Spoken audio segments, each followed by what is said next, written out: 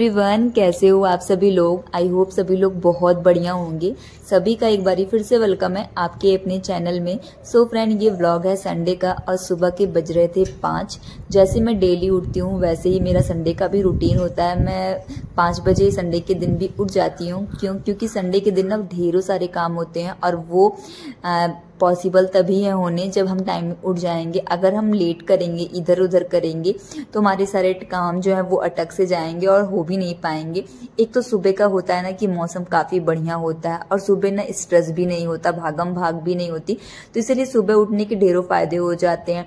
आराम से हम उठते हैं और अपने आराम से अपने सारे कामों को कर भी लेते हैं और हमारे पास टाइम भी बच जाता है खुद के लिए भी। तो इसलिए मेरी कोशिश यही होती है कि मैं टाइमली, जैसे मैं डेली उठती हूँ वैसे ही मैं संडे के दिन भी उठूँ। हाँ, डेली ये होता है कि सुबह उठने के बाद मुझे सीधे नाश्ते की प्रिपरेशन वगैरह करनी पड़ती है। सिर्फ हल्का फुल्का झाड़ू ही निकाल पाती हूँ। बट संडे के दिन मेरे पास अच्छा खासा टाइम होता है तो मैं आराम से अपने घर की अच्छे से साफ सफाई कर लेती हूँ। तो बस आज मन था कि मैं ये टेरेस एरिया की अच्छे से क्लीनिंग कर लूँ, क्योंकि मौसम काफ़ी बढ़िया हुआ था। आज हवा वगैरह भी चल रही थी तो गर्मी नहीं लग रही थी। तो मैंने सोचा ठंडा मौसम है तो क्यों ना इसका फ़ायदा उठाया जाए और कर लिया जाए यहाँ की क्लीनिंग। तो देख सकते हो पूरा छत मैंने साफ़ कर दिया है और एकदम चमचमा गया है पूरा छत। और साफ़ सफाई देखने के बाद ना मन को अलग ही सुकून मिलता है। और हवा भी बहुत आज बढ़िया चल रही, देख सकते होगे आप। और इतनी तेज हवा का प्रेशर था ना कि एक दफ़ा मैंने शूट करने के लिए अपना ट्राइपॉड लगाया तो फटाक से वो भी गिर गया था और मुझे तो डर लगा कहीं मेरा फ़ोन तो नहीं ख़राब हो गया। बट लकीली वो बच गया था। तो बस यहाँ की साफ़ सफाई करने के बाद फिर मैंने थोड़ा बहुत प्लांट्स में पानी वगैरह डाला था। वैसे ना एक दिन पहले ही बारिश वगैरह हल्की फुल्की हुई थी तो प्लांट्स में वैसे भी ऑलरेडी थोड़े बहुत पानी थे तो मैंने हल्का फुल्का ही पानी उसमें डाला है, क्योंकि ज़्यादा पानी अगर प्लांट्स में डाल दो तो वो भी ख़राब भी हो जाते हैं।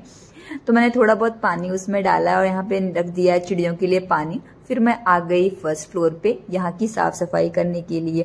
तो डेली तो झाड़ू यहाँ इवनिंग टाइम में मैं लगाती ही हूँ, बट जो पोंछा होता है वो मैं स्किप कर देती हूँ। मैं हफ्ते में सिर्फ 2 दिन ही पोंछा लगाती हूँ, क्योंकि हमारे यहाँ इस वाले एरिया में चल रहा है अभी फर्नीचर का काम। तो इसीलिए इस समय ना काफ़ी ज़्यादा गंदगी निकल आती है। तो अगर मैं डेली शाम को पोंछा लगा भी दूँ तो सुबह फिर से वैसे ही उतना ही गंदगी होनी है, इसलिए मैं सिर्फ झाड़ू निकालती हूँ।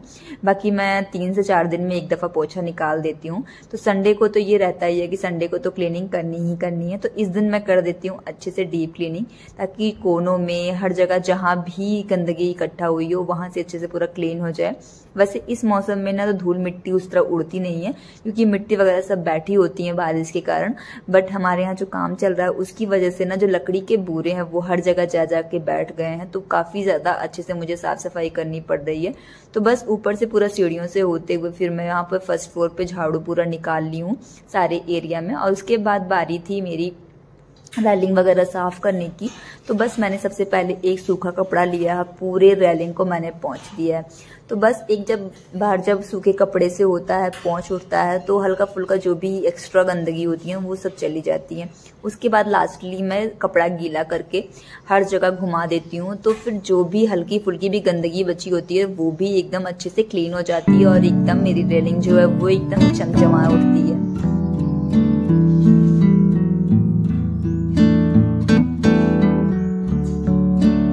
और फ्रेंड्स, मेरी ये आदत है ना कि अगर मैं क्लीनिंग कर रही हूँ तो जब तक मेरे मन की क्लीनिंग नहीं होगी तब तक मैं लगी रहती हूँ। तो फिर मैं अच्छे से उस एरिया को चमका के ही छोड़ती हूँ। और इसीलिए मैं संडे को सोचती हूँ कि अच्छे से पूरा घर क्लीन हो जाए, ताकि मेरा हफ्ते भर अगर आराम से थोड़ा बहुत इधर उधर काम छूटा भी रहे बीच बीच में तो फिर मेरा वो एरिया क्लीन तब भी बना रहे। अगर आप डेली बेसिस पे हल्की फुल्की साफ सफाई कर रहे हो और हफ्ते में अगर आप अच्छे से डीप क्लीनिंग कर दे तो आपका घर ऑलरेडी चमकता ही रहता है। तो इसीलिए मेरी कोशिश यही होती है कि मैं संडे को एकदम अच्छी वाली साफ सफाई करूं। तो मैं यहाँ पे झाड़ू निकालने के साथ साथ मैं यहाँ पे खिड़की दरवाजों सबको पोंछती भी चल रही थी, ताकि सब कुछ अच्छे से क्लीन हो जाए। तो बस यहाँ पे झाड़ू वगैरह निकल चुका है, रैलिंग वगैरह सब पूछ गई थी। अब बारी थी मेरी पोछा निकालने की। तो फिर मैंने पूरे एरिया में पोछा निकाल दिया था। यहाँ पे मैंने खिड़की के ग्लास वगैरह सब क्लीन कर दिए थे। उसके बाद सीढ़ियों से होते हुए पूरे पार्किंग एरिया में झाड़ू वगैरह निकाल दिया था। अब बारी थी यहाँ पे बैल्कनी साफ करने की। तो मैंने क्लोथ स्टैंड को कर दिया था साइड में और फिर इस एरिया को मैंने अच्छे से पूरा धुल दिया था। और पानी पूरा यहाँ पे जो भी हल्का फुल्का था वो सब मैंने जो भी इधर उधर गंदगी हुई थी वो सब मैंने पानी डाल के वाइपर से निकाल दिया था। तो बस यहाँ की साफ़ सफाई हो चुकी है, इन्वर्टर की ट्रॉली वगैरह मैंने पोंछ दी है। अब बारी थी मेरे घर के अंदर की साफ़ सफाई करने की। तो अभी सब जन सो रहे हैं तो मैंने सोचा आराम से मैं शांति से अपने काम भी कर लूँ। तो सबसे पहले मैंने जितने भी डोरमेट्स वगैरह हैं वो सब निकाल के बाहर रख दिए हैं।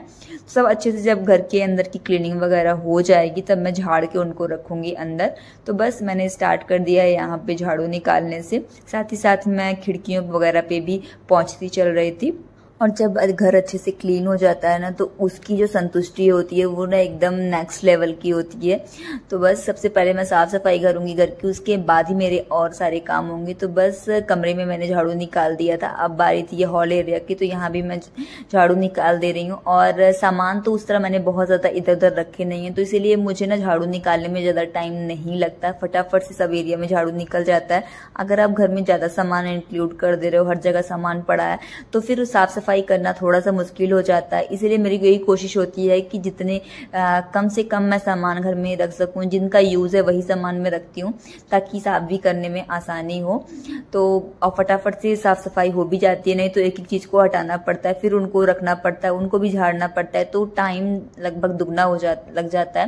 तो इसलिए मैं कोशिश करती हूँ कि जितना सामान यूज़ में आए वही बाहर रहें। बाकी कम से कम घर में सामान रखता है तो घर में स्पेस भी निकल के आता है, देखने में भी अच्छा लगता है और साफ सफाई भी आराम से हो जाती है। तो बस हॉल वगैरह में झाड़ू वगैरह निकालने के बाद ये बेडरूम एरिया में मैं आ गई। तो यहाँ बेड वगैरह पे भी मैंने अच्छे से पूरा झाड़ दिया था। तो वो जो मैंने ग्लव्स लिया हुआ है माइक्रोफाइबर का, उससे ना क्लीनिंग बहुत आसान हो जाती है। समझ लीजिए क्लीनिंग का टाइमिंग जो होता है, जो डस्टिंग वगैरह का, वो सब आधा हो जाता है। नॉर्मल अगर आप कपड़े से आप डस्टिंग कर रहे हो और माइक्रोफाइबर अगर क्लोथ से आप कर रहे हो तो उससे ना काम जल्दी आसानी से हो जाते हैं। तो फटाफट से मैंने विद इन 5 मिनट्स के अंदर पूरा अपना बेडरूम अच्छे से मैंने क्लीन कर लिया था, झाड़ू वगैरह सब निकाल लिया था। बेड को भी, बिस्तर तो साफ सेट ही था, साफ सुथरा था, तो ज़्यादा उसको कुछ करना नहीं था। हल्का फुल्का जो इधर उधर हुआ था उस सबको मैंने अरेंज कर दिया था। तो बस सब घर में झाड़ू निकालने के बाद बारी थी पोंछा निकालने की। तो फिर एक एक रूम कर करके मैंने फटाफट से सब जगहों पे निकाल लिया है पोंछा, और अब लग रहा है घर मेरा एकदम साफ सुथरा और मुझे मिल रहा है सुकून। तो बस सारे डोरमेट्स वगैरह को मैं ला के उनकी जगहों पे अब लगा दे रही हूँ।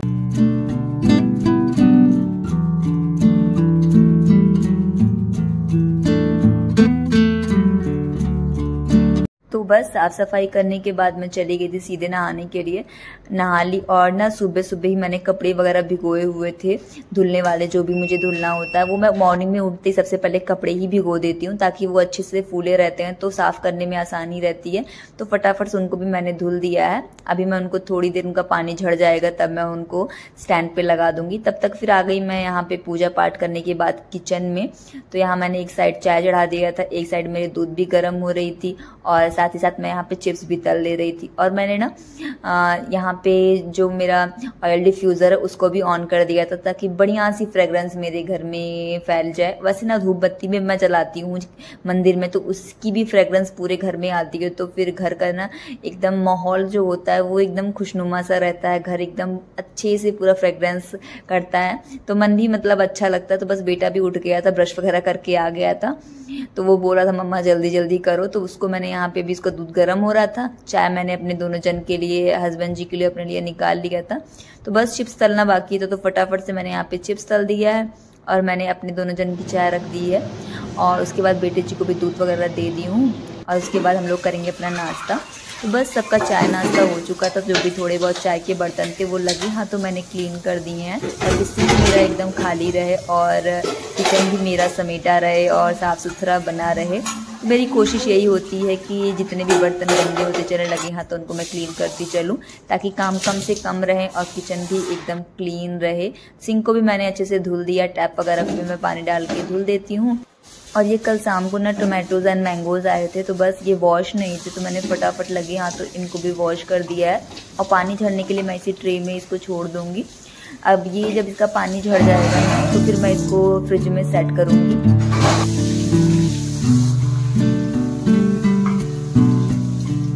और फ्रेंड्स मेरी ये कोशिश रहती है कि किचन में कम से कम सामान ऊपर स्लैब पे दिखे, स्लैब मेरा पूरा क्लीन दिखे। तो इसीलिए मैं जो भी इधर उधर सामान जो निकलते चलते हैं उन सबको मैं हटाती चलती हूँ, स्लैब को मैं पोंछती रहती हूँ ताकि स्लैब मेरा एकदम साफ सुथरा लगे। तो बर्तन वगैरह जो भी मैंने अभी वॉश किए हैं इनका पानी झड़ जाएगा तो फिर इनको मैं अंदर सेट कर दूंगी रैक्स में, ताकि मेरा जो किचन है वो एकदम खाली खाली सा लगेगा। तो बस ये जो कपड़े थे नहाने के बाद मैंने वॉश किए थे, अब बारी थी इनको फैलाने की, तो मैं आ गई इसको लेके यहाँ पे बालकनी में। तो जो भी क्लॉथ स्टैंड पे कल शाम के धुले कपड़े डाले थे वो जो नहीं सूखे थे उनको मैंने ऊपर वाले एरिया में डाल दिया है, क्योंकि थोड़ा बहुत ऐसे होता है जो फोल्डिंग वाला एरिया होता है कपड़ों का, वहाँ पे कपड़े थोड़े कम अच्छे से सूखे लग रहे थे, तो मैंने उनको ऊपर डाल दिया ताकि वो आराम से सूख जाएंगे। बाकी सारे कपड़ों को मैंने डाल दिया। बाकी आज मैंने हेयर वॉश किए हुए थे ना, तो मैंने बाल नहीं झाड़ा था अभी, तो हल्का फुल्का मेरे बाल आधे से ज़्यादा ड्राई हो चुके हैं, तो मैंने सोचा फटाफट से इनको कंघा कर लेती हूँ, नहीं तो एकदम ड्राई हो जाते हैं ना जब बाल, तो फिर मतलब कंघा करने में थोड़ी सी दिक्कत होती है। और बालों को मैं ना यहीं पे सुलझा लेती हूँ ताकि जो भी टूट के गिरने होते हैं यहीं पे गिर जाते हैं, फिर मैं उनको फटाफट से यहीं पे समेट लूंगी। नहीं तो घर के अंदर अभी साफ सफाई हुई है, फिर वहां पे होंगे तो बहुत ज्यादा मेहनत करनी पड़ेगी। तो फटाफट से जो भी बाल वगैरह गिरे थे उन सबको मैंने यहाँ पे झाड़ू से निकाल दिया है और फिर यहाँ की क्लीनिंग कर ली है। और इसके बाद जो भी कपड़े वगैरह सूखे थे उनको यहाँ पे मुझे फोल्ड करना था, तो फटाफट से मैं लग गई उनको फोल्ड करने में। और साथ ही साथ ना बेटे को थोड़ा सा मैं यहाँ पे पढ़ा भी रही हूँ, क्योंकि ना उसकी मंडे से एग्जाम है और हम लोग गांव जा रहे हैं अभी, तो फिर शाम टाइम में वापस आएंगे तो बिल्कुल वो पढ़ेगा नहीं, वो सीधे सो जाता है, आने के बाद नहीं पढ़ाई करता है, बहुत आनाकानी करता है। इसलिए मैंने कहा थोड़ा बहुत रिविजन अभी तुम कर लो, नहीं तो गाँव जाने के बाद ना तो तुम वहाँ पढ़ोगे ना घर आने के बाद पढ़ोगे। तो वही मैं बस को थोड़ा बहुत यहाँ पे पढ़ा रही थी, जो उसको नहीं आता वो मैं उससे पूछ रही थी।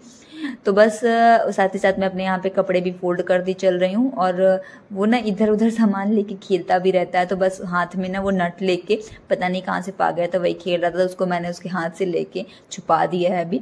मैंने कहा अभी पहले पढ़ाई कर लो फिर तुम खेलना। और हस्बैंड जी बगल में कुछ बोल रहे थे, तो बस वही मैं उनसे बातें कर रही हूँ। और यहाँ पे फिर सारे कपड़े वगैरह फोल्ड हो चुके थे इसी बीच, तो मैं फटाफट से उनकी जगहों पे उनको अरेंज कर दूंगी। कुछ कपड़े मुझे भी प्रेस भी करने हैं, तो अभी मैं उनको फटाफट से प्रेस भी करूंगी। और लगभग हमारा सबका सारा काम हो चुका था। और मुझे ना ये बिस्तर चेंज करने थे इस रूम के, तो मैंने बेटे को नीचे बैठा दिया पढ़ने के लिए और फिर मैं यहाँ पे लग गई हूँ यहाँ पे बिस्तर वगैरह चेंज करने में। तो अब ये जो चादर है इसको तो मैं अब कल ही वॉश करूंगी, बस मैंने सोचा फटाफट से यहाँ पे बिस्तर वगैरह भी लगा देती हूँ।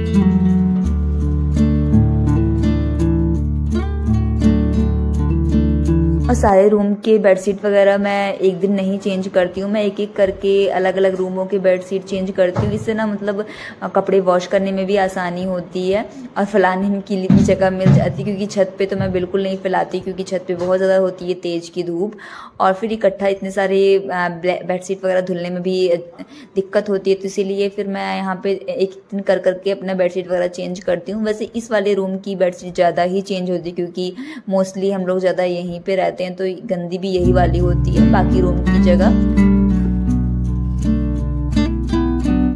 और बेडशीट को मैंने हटा दिया था और उसके बाद ना मुझे जो भी कपड़े प्रेस करने थे मैं फटाफट से लग गई थी उनको प्रेस करने में।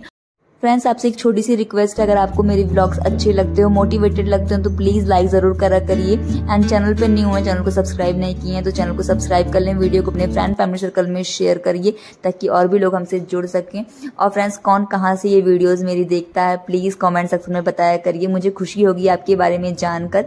और अगर आपको मुझसे रिलेटेड कोई क्वेरीज हो, कोई क्वेश्चन हो, तो प्लीज कॉमेंट सेक्शन में कॉमेंट करा करिए, मैं उसका जैसे भी हो सकता है आंसर जरूर देने का प्रयास करूंगी। तो बस कपड़े प्रेस वगैरह करने के बाद यहाँ थोड़े से कंघे थे, गंदे हुए थे, तो मैंने सोचा इनको भी लगे यहाँ तो मैं वॉश कर लेती हूँ। तो बस इनको वॉश करने के बाद हम फटाफट से निकल गए थे गांव के लिए। तो आज के व्लॉग में इतना ही, मिलते हैं ऐसे नए इंटरेस्टिंग व्लॉग के साथ, तब तक के लिए बाय बाय दोस्तों।